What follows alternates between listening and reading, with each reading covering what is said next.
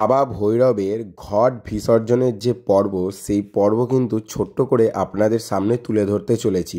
আগামী দিন অর্থাৎ 24 তারিখ কিন্তু যেদিন ভিডিওটা দেখছেন সেদিন কিন্তু বাবা ভৈরবের নগর পরিক্রমা হয়ে নিরঞ্জন হবে। আর তার আগের দিন 23 তারিখ কিন্তু বাবা ভৈরবের ঘট বিসর্জন হয়ে থাকে। আপনারা ফেসবুকে অলরেডি সব কিছুই আপডেট পেয়ে থাকেন। আর আপনাদেরকে বলে রাখি, সব থেকে আগে আপডেট পাওয়ার জন্য কিন্তু 5 মিশালি মুর্শিদাবাদ বলে যে ফেসবুকে পেজটা আছে সেখান থেকে দেখে নেবেন। লাইভ সব কিছুর মাধ্যমে আপনাদেরকে আগে কিন্তু আপডেট দিয়ে রাখি। বাবা ভৈরব কিন্তু কালকে 9টা-10টার মধ্যে কিন্তু মণ্ডপ থেকে বাইরে বেরিয়ে যান। তারপরে বরণ, তারপরে বেরোতে বেরোতে ওই 1টা কিন্তু বেজে যায় নগর পরিক্রমা করে।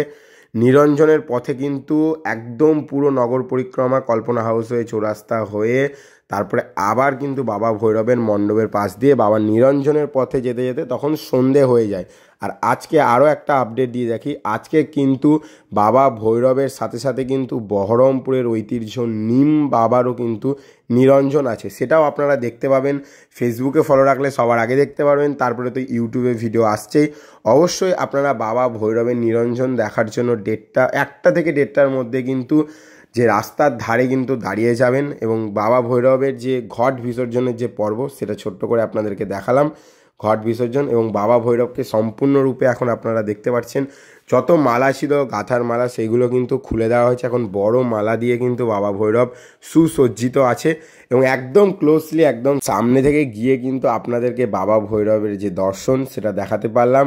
এবং আপনারা অবশ্যই কিন্তু বাবা ভৈরবের নগর পরিক্রমা দেখবেন। চলেন নতুন কোনো ভিডিওতে দেখা হচ্ছে।